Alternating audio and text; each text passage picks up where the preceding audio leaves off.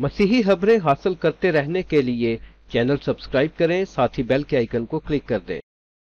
अपने नाजरीन को मतला करते चलीं। अभी अभी इत्तला मिली है कि पास्टर विकी की एक केस में जमानत हो गई है। मिनार्टीज अलायंस पाकिस्तान के चेयरमैन व नामवर मसीही वकील ने सोशल मीडिया पर बताया है कि पास्टर विकी की एक केस में जमानत हो गई है। ये कौन सा केस है और क्या तफसीलात हैं, ये जानने की कोशिश की जा रही है।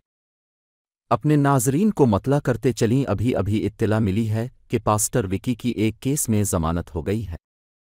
मिनार्टीज अलायंस पाकिस्तान के चेयरमैन व नामवर मसीही वकील ने सोशल मीडिया पर बताया है कि पास्टर विकी की एक केस में जमानत हो गई है। ये कौन सा केस है और क्या तफसीलात हैं, ये जानने की कोशिश की जा रही है।